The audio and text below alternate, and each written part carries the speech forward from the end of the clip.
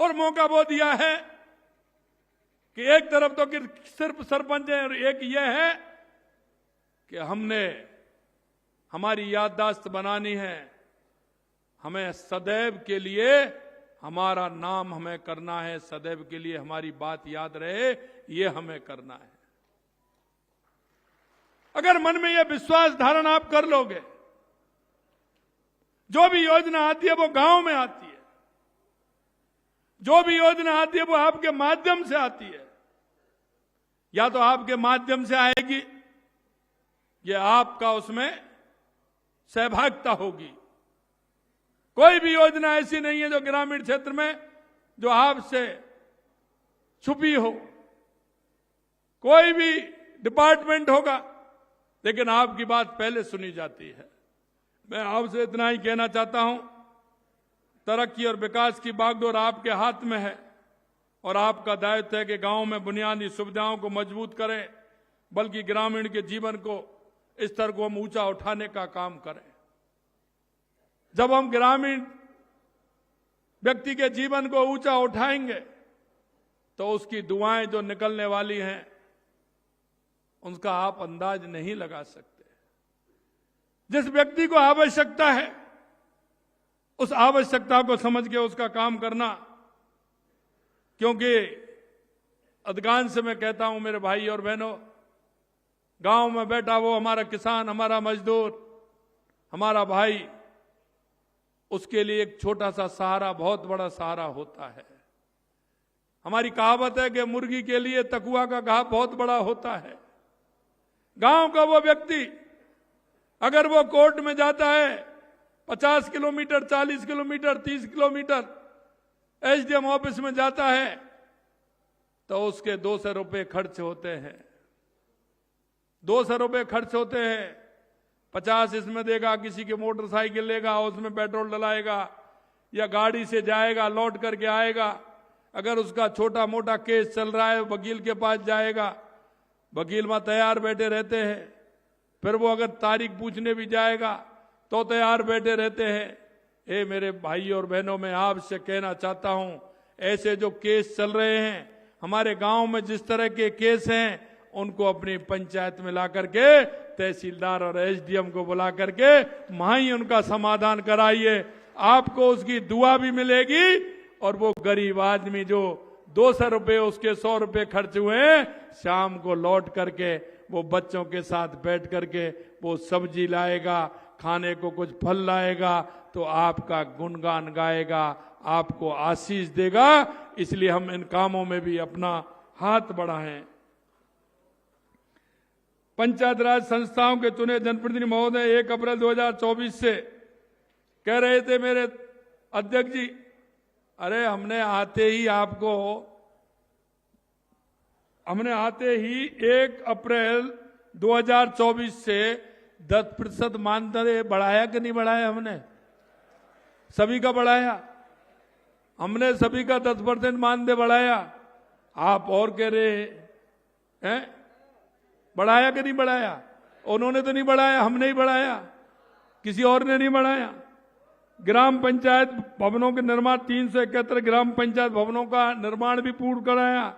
ग्रामीण सड़क तंत्र को सुदृढ़ करने के लिए 200 विधानसभा क्षेत्र में 1000 करोड़ रुपए की लागत से मिसिंग लिंक भी दिए। नॉन पैचेबल सड़कों के 1631 कार्य भी कराए। इनमें से 530 किलोमीटर लंबाई की 309 कार्य पूर्ण हुए हैं। मैं आपको बताना चाहता हूं, जब हमारी सरकार आई तो हमारे मन में यह भाव था कि हम राजस्थान का विकास कहां से स्टार्ट करें, क्योंकि जिस तरह से हमें स्थिति देखी, हमने देखने को मिल रहा था बहुत बड़ा घाटा, हर क्षेत्र में कर्जा। हमने देखा कि हम कहां से इसका स्टार्ट करें। हमने सोचा, विचार किया, हमने एक राजस्थान का रोड मैप बना करके हमने तैयार किया कि सबसे पहले हमें आवश्यकता किस बात की है।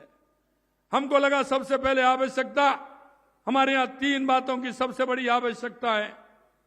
वो आवश्यकता है हमारा पानी, हमारी बिजली और हमारे युवाओं को रोजगार देना। ये हमारी सबसे बड़ी आवश्यकताएं लगी।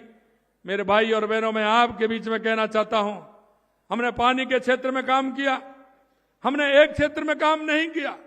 पूरे राजस्थान के अंदर हमने एक रोड मैप बनाया कि पानी की सुविधा कैसे हो सकती है, जो पीने का पानी भी स्वच्छ मिले, पशुओं को पानी मिले, हमारे उद्योग को पानी मिले और हमारे किसान की खेती को पानी मिले, जिससे हमारे किसान की खेती ठीक प्रकार से हो। हमने कहा, क्योंकि वो कहते थे कि हम आलू से सोना बनाएंगे, मैंने कहा वो मशीन तो मेरे पास नहीं है, लेकिन इतना जरूर है अगर राजस्थान के किसान को खेत के लिए अगर पानी मिल गया तो ये मेरी धरती मां जरूर सोना उगलेगी। और इसलिए मैं कहना चाहता हूं, चाहे हमारी ईआरसीपी की योजना हो, चाहे हमारे यमुना योजना हो, चाहे हमारे देवास स्कीम हो, चाहे हमारे इंदिरा गांधी नहर हो जो हनुमानगढ़ गंगानगर से लेकर के बीकानेर, नागौर और हमारे फलौदी, जैसलमेर, जोधपुर और बाड़मेर तक जाती है, और चाहे हमारे उदयपुर में हमारी माही डैम की स्कीम हो जिसका पानी पूरा बांसवाड़ा, डूंगरपुर, चित्तौड़, राजसमंद, उदयपुर से होते हुए पाली, जालौर, सिरोही तक उसका पानी पहुंचे। हमने उस क्षेत्र में काम किया और हमने उस क्षेत्र में काम ही नहीं किया, हमारा काम आगे हमने बढ़ाया। ईआरसीपी की पूर्वी राजस्थान की हमारी योजना, उसको हमने मूर्त रूप दिया। 17 दिसंबर को देखा, देश के यशस्वी प्रधानमंत्री नरेंद्र मोदी जी ने उसका उद्घाटन भी किया। तो पहली समस्या हमारे पानी की थी, उसको सुलझाने का काम हमने किया है। दूसरी हमारी बिजली की थी। हमारा किसान रात में बिजली मिलती है, ठंड में कितना परेशान होता है, इधर तो ओस पड़ती है, इधर सर्दी होती है और हमारा किसान खेत को जाता है। मित्रों, मैं कहना चाहता हूं, हमने विश्वास दिलाया है कि राजस्थान के किसान को 2027 तक हम दिन में बिजली देंगे, पूरी बिजली देंगे। उद्योग को भी बिजली मिलेगी, किसान को भी बिजली मिलेगी, उपभोक्ता को भी बिजली मिलेगी। तीसरी बात थी हमारे राजस्थान के और मजदूर किसान के बेटों को रोजगार कैसे मिले। तो हमने कहा कि हम 4 लाख सरकारी नौकरी देंगे, 6 लाख हम प्राइवेट पर नौकरी देंगे। तो हमने, आपने देखा, अब हमारे से कहते हैं कि आपने ऐसे कैसे कर दिया। अरे मैंने क्या कर दिया, हमने तो कैलेंडर भी निकाल दिया। और आपने देखा होगा हम 60,000 नियुक्ति पत्र दे चुके और 15,000 अभी दे देंगे, 75 हो जाएंगे। जुलाई में हमारा बजट आया था, 1 साल के लिए कहा, जुलाई तक हम 1 लाख नौकरी देंगे, 1 लाख युवाओं को नौकरी देने का काम करेंगे। 81,000 हमने वैकेंसी हर क्षेत्र में निकाली है, और वो ऐसे निकाली है कि आपको पेपर विज्ञप्ति निकाली है, आपका पेपर कब होगा, उसका रिजल्ट कब आएगा और उसका नियुक्ति पत्र कब मिलेगा। और आने वाले समय में हमने कहा है कि 5 साल में 4 लाख देंगे। हमने कहा हमारे विरोधियों से, डायरी पेन जेब में रखो, नोट करते जाइए, जो हमने कहा है वो करके दिखाएंगे। आपकी तरह हम इस तरह से नहीं करेंगे कि कहते कुछ है और करते कुछ नहीं है। हमने ये बात आपको कहना चाहता हूं। मेरे भाई और बहनों, मेरा सबसे बड़ा जो हम करना चाहते हैं वो गरीब कल्याण की जो हमारी योजना है वो नीचे तक पहुंचे। हम काफी दिनों से प्रयासरत में थे खाद्य सुरक्षा को लेकर के, और आपने देखा हो खाद्य सुरक्षा में सबसे ज्यादा दिक्कत आती है तो सरपंच को आती है। अरे भैया मेरा नाम जुड़वा देना, कहते नहीं कहते? अरे भाई माता जी आएंगे, कोई आएगा, भैया मेरा नाम खाद्य सुरक्षा नहीं है, इसमें जुड़वा देना। तैयार हो जाइए, पोर्टल चालू हो गया है, नाम जुड़वाइए, कोई भी गरीब रहना नहीं चाहिए। ये भी मैं आपको विश्वास दिलाता हूं। अरे ये तो वो लोग हैं, हमारे देश के यशस्वी प्रधानमंत्री नरेंद्र मोदी जी किसान सम्मान निधि देते हैं, और सम्मान निधि देते हैं तो हमने कई बार बात उठाई थी कि जिनके माताजी पिताजी एक्सपायर हो जाते हैं, उनके बच्चों के नाम नामांतरण चढ़ता है, नामांतरण आता है तो आपको सूची देने में क्या दिक्कत होती है? पैसा तो प्रधानमंत्री जी देते हैं और पैसा अब हम दे रहे हैं आपको। लेकिन कांग्रेस की सरकार में ऐसे लोगों के नाम की सूची केंद्र सरकार को नहीं भेजी। 7.5 लाख रुपए हमने जोड़ करके केंद्र सरकार की जो हमारे प्रधानमंत्री सम्मान निधि भी दी है, और हमने हमारी भी 2,000 रुपए सम्मान निधि दी है। अब एक बात बताइए, उनका कुछ नहीं जा रहा है, वो नाम जोड़ने में ही दिक्कत कर रहे थे। हमारे 7.5 लाख किसान 4 साल तक 5 साल तक कितने परेशान रहे कि उनके नाम नहीं जुड़े। भाई तुमको क्या दिक्कत आ रही थी? अगर नाम जोड़ देते तो हमारे भाइयों को किसान सम्मान निधि मिल जाती 6,000 रुपए साल की, लेकिन उन्होंने नहीं जोड़ा। लेकिन हमने 7.5 लाख रुपए जोड़ करके किसान सम्मान निधि देने का भी काम किया है। आप देख कह सकता हूं मैं आपसे, हमने प्रधानमंत्री आवास योजना में, आप मेरे सरपंच के चुनाव तो 20 में हुए थे, 19 में हुए, 20 में हुए थे, 20 में हुए थे, 21-22 में कोरोना आ गया। अरे भाई कोरोना ही तो आ गया, लेकिन वो कोरोना ऐसा क्यों हुआ? तो 2022, 23 और 23-24 में एक भी आवास नहीं दिया, एक भी आवास नहीं दिया ना। 22, 23 और 23-24 में एक भी आवास नहीं दिया। भैया क्यों नहीं दिया आपने? अब हमने दिया है 1,55,00,000 मिला करके, और 3,42,00,000 अब आ गए, 4,98,000 आवास दे रहे हैं। चिंता मत करिए, गरीबों का भला करिए और सूची बनाइए, पूरा आवास मिलेगा। इन्होंने जो कह रहे हैं आप किस्त नहीं आई, वो किस्त जभी से ड्यू चलती आ रही है, ड्यू चलती आ रही है कि नहीं आ रही है?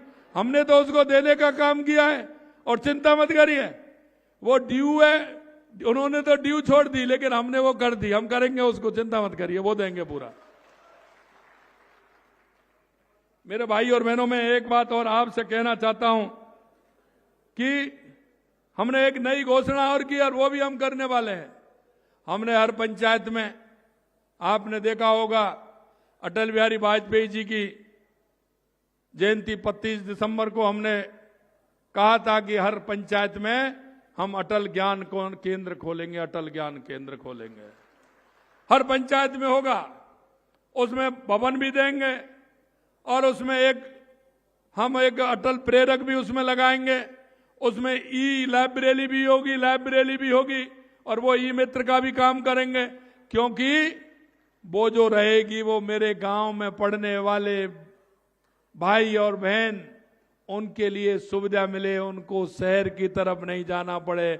शहर की तरफ जाते हैं तो 15 और 20 हजार रुपये महीने खर्च होते हैं कि नहीं होते हैं? कमरा लेवाते हैं, हॉस्टल में रखते हैं, सारी बातें होती है कि नहीं होती हैं? हमारा वो गरीब अगर हमारे उस ई मित्र में पढ़ेगा, हमारी बहन और भाई, तो कैसा रहेगा? उसको सारी सुविधा वहां मिलेंगे। और उसमें हम सोलर के द्वारा लाइट भी लगवा रहे हैं, इसलिए किसी तरह की दिक्कत नहीं हो, सोलर भी लगवा रहे हैं, तो इसलिए उसको किसी प्रकार की परेशानी नहीं हो। तो ये भी काम हम करने वाले हैं। मैं आपसे इतना कहना चाहता हूं मेरे भाई और बहनों, कि आपको मौका मिला है और उस मौके को साकार करना है। आपको उस गांव गरीब के लोगों की सेवा भी करनी है। हमने वर्ष 2027 तक किसानों को दिन में बिजली देने का काम के लिए हमने कहा है, लगातार भूमि पर सौर ऊर्जा लगा रहे हैं हमने किसान से कहा है, क्योंकि अन्नदाता तो है ही, लेकिन हमने कहा है किसान की अगर खाली जमीन है, ट्यूबवेल अगर लग रहा है, कुआं उसके पास है, तो खाली जमीन में सोलर लगाए, वो अन्नदाता के साथ साथ ऊर्जा दाता भी बने, जिससे हमारे किसान का भला भी हो। पीएम किसान सम्मान निधि का मैंने आपको बताया, 2,000 रुपये एक हमने उनको दिया है, और 1,355 करोड़ रुपए हमने किसानों के खाते में ट्रांसफर किए हैं। यही नहीं मेरे भाई और बहनों, अंत में मैं आपसे इतना कहना चाहता हूं कि आप सभी लोग इस मौके पर आए हैं, लेकिन कई लोगों के मन में भाव है, और वो भाव कैसा है आपको पता है। जिन्होंने कभी काम नहीं किया वो काम नहीं कर सकते। हमें गांव का वो व्यक्ति दिखता है, गांव की वो परेशानी हमें दिखती है, उस परेशानी को देखते हुए हम काम करते हैं। आप किसान हो, किसान क्रेडिट कार्ड तो है, लेकिन गांव में जाते हैं तो दूसरी पंचायत में जाते हैं तो कैसे पूछते हैं, सरपंच साहब आपके गांव में पैदावारी ठीक है क्या? पूछते हैं कि नहीं पूछते हैं? पैदावार कैसी है सरपंच साहब बताइए? फसल तो ठीक है? हाँ ठीक है। और दूसरी बात क्या पूछते हैं? दूध हो रहा है कि नहीं हो रहा है? दूध मूध हो रहा है कि नहीं हो रहा है? पूछते हैं कि नहीं पूछते हैं? अगर दूध नहीं हो रहा है तो सरपंच को चाय कैसे मिलेगी? कह देंगे सरपंच साहब दूध ही नहीं है, चाय कैसे मिलेगी, पानी से काम चला लो। है तो हमने कहा कि भाई सरपंच को चाय मिलनी चाहिए, उनके बच्चों को जो भाई उनको दूध मिलना चाहिए, घी मिलना चाहिए। हमने 1 लाख रुपए गौपालक क्रेडिट कार्ड लागू किया है हमने, और वो भी ऋण मुक्त, उसकी ब्याज नहीं है कोई, जिससे कि वो व्यक्ति अपने बच्चों के लिए, कोई आने वाले रिश्तेदार के स्वागत सम्मान के लिए वो अपने गाय भैंस रखे और आने वाले बच्चों को और अपने आने वाले लोगों का स्वागत सत्कार करे। इसलिए गौपालक क्रेडिट कार्ड देने का काम हमारी सरकार ने किया है। हमारे गांव के किसान पशुपालन का काम है। अगर उनका पशु बीमार हो जाता है और हॉस्पिटल में दिखाने ले जाता है तो या तो वो सरपंच के पास जाएंगे, सरपंच साहब हमारी भैंस गाय बीमार है, कैसे करें, इसको ले चलो। तो वो कहाँ जाएंगे? किसी साधन वाले के पास जाएंगे, कोई मेटाडोर होगी, कोई कुछ होगा, ट्रैक्टर होगा, ट्रॉली, उसमें जाएंगे। उसके 400-500 रुपए लगेंगे। लगते हैं कि नहीं लगते हैं? भाड़े पे लेके जा रहा है, लगता है कि नहीं लगते हैं? अब इन बातों को कौन देखेगा? अगर लगते हैं, ले जाओ, गाय बीमार है, दिखा के लाओ। हमने उसका भी प्रबंध किया है मेरे भाई और बहनों, कि वो उनको ले जानी नहीं पड़े, मोबाइल वैन जाएगी, आप फोन करेंगे, आपका इलाज आपके घर पर होगा, आपके पशु का इलाज। इसके लिए 536 मोबाइल वाहनों द्वारा 30 लाख पशुओं का उपचार किया जा रहा है। हमने ये भी किया है। ग्रामीण क्षेत्र में बेहतर चिकित्सा एवं स्थापित तंत्र सही हो, उसके लिए हमारी सरकार कृत संकल्प है। यही नहीं, गर्भवती महिलाओं को निःशुल्क सोनोग्राफी जांच भी हमने फ्री की है और इसमें सुविधा उपलब्ध कराई कि 72,000 से अधिक कूपन भी जारी कर दिए गए हैं। राजीविका परियोजना के तहत 4 लाख से अधिक स्वयं सहायता समूह गठन किया है। 48 लाख ग्रामीण परिवारों को उसको लाभान्वित किया है। हमारी सरकार राज्य के हर गांव तक विकास की किरण पहुंचाने के लिए प्रयासरत है। हमारी योजना का फोकस गांव के बुनियादी ढांचे के लिए विकास की संरक्षण और सुविधाएं बढ़ाने के लिए, कृषि का विकास हो, किसान की आय दुगनी हो, इसके लिए हमारी सरकार काम कर रही है। अंत में किसान भाइयों और बहनों के उज्जवल भविष्य के कल के लिए मैं कहना चाहता हूं कि आप फार्मर आईडी बनाना होगा और फार्मर आईडी में सभी सरपंचों को सहयोग करना होगा। कल 5 फरवरी से प्रारंभ हो रहा है, क्योंकि किसान को दिक्कत आती है। आप स्वीकार तो सब करेंगे, जब वो नकल लेने जाता है तो उसके साथ क्या होता है? 3 बार तो चक्कर लगाने पड़ते हैं और कैसे मिलती है, हमने उसको भी फ्री कर दिया।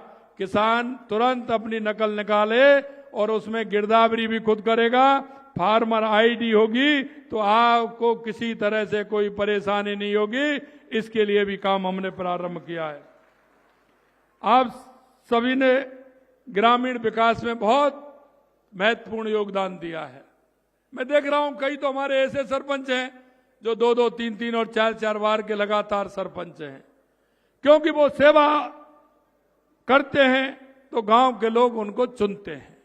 मैं आपसे इतना ही कहना चाहता हूं मेरे भाई और बहनों, आप अपनी स्थायी पहचान बनाने के लिए, गांव गरीब की सेवा करने के लिए आप सबको ये फिर मौका नहीं मिलेगा। आपको जो मौका मिला है उसको फायदा उठाते हुए अंतिम पंक्ति में जो व्यक्ति खड़ा है उसकी सेवा करने का काम करें। अंत में मैं आपसे इतना ही कहना चाहता हूं, हमारी सरकार निरंतर रूप से गांव के विकास के लिए, गांव की समृद्धि के लिए आपके साथ खड़ी है। और अभी हमने पिछला बजट दिया था, हमने ये नहीं देखा कि यहां हमारा विधायक है कि वहां हमारा विधायक है। हमने हमारी राजस्थान के 8 करोड़ जनता के विकास को ध्यान में रखते हुए लगातार हमने 200 विधानसभाओं में काम देने की बात की है। कोई भी विधानसभा ऐसी नहीं होगी, क्योंकि हमें देखा है, पहले हमने देखा है सरकार को इस तरह से देती थी, यहां मेरा विधायक है। अरे जनता किसकी है? जनता तो हमारे राजस्थान की है। वो गरीब हमारे राजस्थान का है, वो किसान हमारे राजस्थान का है, जो सड़क पर चलता है, जिसको पानी की आवश्यकता है, जिसको बिजली की आवश्यकता है। और अभी हमने कहा है कि हम राजस्थान की 8 करोड़ जनता के लिए काम करते हैं।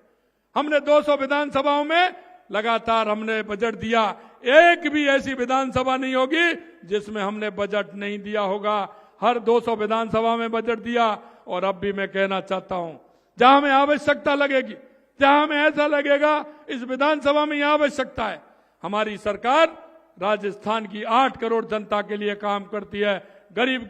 गरीब जो अंतिम पंक्ति में हमारा किसान मजदूर खड़ा है, उसके लिए हमारी सरकार काम करती है। हम जानते हैं, हमारे उस किसान और मजदूर के बेटे को हम जानते हैं कि उसके पिताजी किस तरह से पैसा लेकर के आते हैं, रात के अंधेरे में जाते हैं और वो पैसा लेकर के अपने बेटे को पढ़ाते हैं। लेकिन पिछली सरकार ने किस तरह से कुठाराघात किया कि बेटे ने कहा कि मेरे को कोचिंग कराइए, मैं नंबर लाके बताऊंगा। पिता का विश्वास था कि मेरा बेटा कह रहा है तो लेकर के आएगा। वो पड़ोस में से कहीं भी किसी से पैसा लेकर के आया, उसको पैसे दिए। पिता को लगा कि मेरा बेटा लेकर के आएगा, नंबर अच्छी पढ़ाई कर रहा है। बेटे को कहा था कि पिता के अरमानों को मुझे तोड़ना नहीं है, उनको बरकरार रखना है, मैं नंबर लेकर के आऊंगा। लेकिन पेपर लीक हो जाते थे, उधर पिता भी रोता था, उधर पुत्र भी रोता था। मैं आपको विश्वास दिलाना चाहता हूं कि हमारे 1 साल में लगातार पेपर हुए हैं, एक भी पेपर लीक नहीं हुआ। और जो पेपर लीक करने वाले थे, 200 से ज्यादा लोगों को गिरफ्तार किया और उनको अंदर सलाखों में बंद किया। आए दिन गुंडागिर्दी होती थी, आते थे कहीं ना कहीं गोलीबारी करके चले जाते थे। हमने कहा राजस्थान की धरती पर या तो बदमाश आएगा नहीं और आएगा तो वापस जाएगा नहीं। मित्रों, मैं आपसे इतना ही कहना चाहता हूं, क्योंकि सारी योजनाएं आप तक जाती हैं। आपके माध्यम से गांव गरीब का विकास होता है, ग्रामीण क्षेत्र का विकास होता है। आपसे मैं इतना ही कहना चाहता हूं, हमारी सरकार का संकल्प है पूरी तरह से आपको हर योजना को पूरी तरह से करने के लिए हमारी संकल्प है। इसलिए मैं इतना ही निवेदन करना चाहता हूं, आप सभी मिलकर के इस राजस्थान के विकास को आगे बढ़ाने का काम करना है। देश के यशस्वी प्रधानमंत्री नरेंद्र मोदी जी के नेतृत्व में हमारा विकसित भारत बने, हमारा विकसित राजस्थान बने, हमारा विकसित जिला बने, हमारा विकसित गांव बने। गांव गरीब की सेवा करते हुए हमको विकसित बनाना है। आप इतनी बड़ी संख्या में आए हैं क्योंकि मेरे से कहा कि आप कार्यकाल कैसे बढ़ा सकते हो। मैंने कहा हम बढ़ा सकते हैं। क्यों बढ़ा सकते हैं? मैंने कहा हम बढ़ाएंगे, आप देख लेना कैसे बढ़ाएंगे।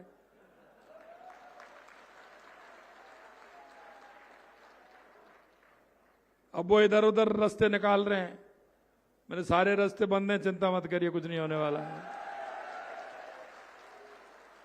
अरे मेरे गांव का गरीब की सेवा करने वाला, गांव गरीब की सेवा करने वाला, हमारी योजनाओं तो अंतिम पायदान तक पहुंचाने वाला, ये मेरा जनप्रतिनिधि। अगर उसकी बात नहीं सुनी जाएगी तो किसकी सुनूं?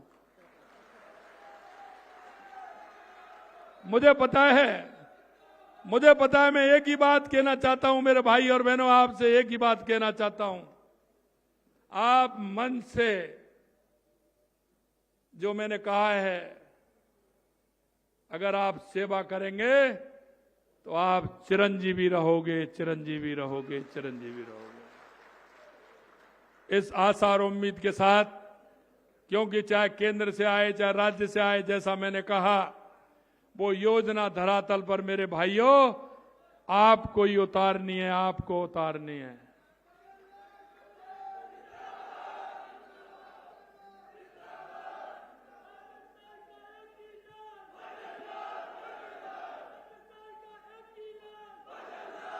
एक बात अंत में कहकर के मेरी बात समाप्त करूंगा, क्योंकि मुझे पता है आप घर पहुंचते हैं, 4-6 लोग आ जाते हैं, सुबह जगते हैं 10-5 लोग आ जाते हैं आपके पास, और वो आपसे कहते हैं कि सरपंच साहब मेरी ये परेशानी है। मेरे भाई और बहनों, जो आपके पास आता है वो आपका विश्वास लेकर के आता है। आपके पास आता है वो दो रूप लेकर के आता है, या तो वो अभाव में आता है या वो भाव में आता है। अगर वो अभाव में आता है तो आपका कर्तव्य बनता है, आप भाग्यशाली हैं कि अभाव में कोई व्यक्ति आपके पास चल करके आया है, तो उसको कभी मत ठुकराना, उसको कभी मत ठुकराना। और या कोई आपके पास भाव में आया है कि मैं अगर सरपंच साहब के पास जाऊंगा तो मेरी समस्या का समाधान होगा, अगर इस भाव में वो आता है तो आप भाग्यशाली नहीं, आप सौभाग्यशाली हो। इसलिए उसका भी समाधान करना। क्यों, कभी कभी मैं देखता हूं सरपंच औरों की पंचायत तो खूब करते हैं, डेली करते हैं, लेकिन जब अपनी बारी आती है तो मन में भाव बदल जाता है। मैं मेरे भाई और बहनों में यही कहना चाहता हूं, आप ऐसे ही नहीं बने हैं, जनता के भाव से बने हैं, जनता के विश्वास से बने हैं, और आपकी मेहनत तो है ही, लेकिन ऊपर वाले के आशीर्वाद से भी बने हैं। इसलिए तीन विश्वास टूटते हैं, जनता के भाव का, उनके विश्वास का, और ऊपर वाले ने बनाया है उसका। और जिस दिन आप चुनाव लड़ रहे थे, आपके मन में कोई गलत भावना आ जाए तो जिस दिन चुनाव लड़ रहे थे ना, और चुनाव लड़ने की तैयारी कर रहे थे, उस दिन को ध्यान में कर लेना, आपकी बात ठीक हो जाएगी। यह बात मेरे अनुभव की बता रहा हूं। एक बूढ़ी माई से अगर आपने जाकर के, मैंने कहा था, ये मिलने आए थे सरपंच साहब, गांव में निकलते हो, कोई चौतरा पे कोई माई बैठी है, कोई बुजुर्ग बैठा है, कोई दिव्यांग बैठा है, गाड़ी रोक के उससे पूछ लो आपके क्या हाल चाल है, उतर के पूछ लो, और उससे पूछ लो मैं बाजार जा रहा हूं, कुछ लाना तो नहीं है। वो कुछ नहीं कहेगी, लेकिन वो आने वाले सबसे कहेगी सरपंच मेरे पास आया था, मेरे से ये पूछ करके गया था। इसलिए हमारी जो संवेदना है, उन संवेदनाओं को नहीं मरने देना है, उन संवेदनाओं को रखना है। हमारा देश हजारों लाखों सालों से उन संवेदनाओं और हमारी संस्कृति, ये हमारी पहचान है। और मैं कहना चाहता हूं मेरे भाई और बहनों, ये कितने सालों से हमारा देश जो हजारों सालों से चल रहा है, ये हमारी संस्कृति और हमारी विरासत की देन है। हमारे अंदर जो संस्कार है उसकी ये देन है, इनको कभी नहीं भूलना है। इनको साथ चलते हुए देश के यशस्वी प्रधानमंत्री नरेंद्र मोदी जी कहते हैं, विकास भी और विरासत भी। हमें हमारी विरासत को भी बनाए हुए रखना है। आप सभी लोग इतनी बड़ी संख्या में आए हैं, निश्चित रूप से मैं दिल की गहराइयों से आप सभी को बहुत बहुत धन्यवाद देता हूं, आपका अभिनंदन करता हूं। बहुत बहुत धन्यवाद। जय हिंद, जय भारत, जय राजस्थान, जय पंचायत राज। बहुत बहुत धन्यवाद माननीय मुख्यमंत्री महोदय, जिन्होंने बड़ी संवेदनशीलता के साथ में भारत और राजस्थान के पंचायती राज के सशक्तिकरण की और सरपंच के कर्तव्य की निष्ठा को बताया। मेरा निवेदन धन्यवाद ज्ञापन के लिए कृष्ण मुरारी जी दिलावर साहब से कि आप पधारे। आप राष्ट्रीय सरपंच संघ के सचिव हैं और संरक्षक हैं सरपंच संघ राजस्थान के।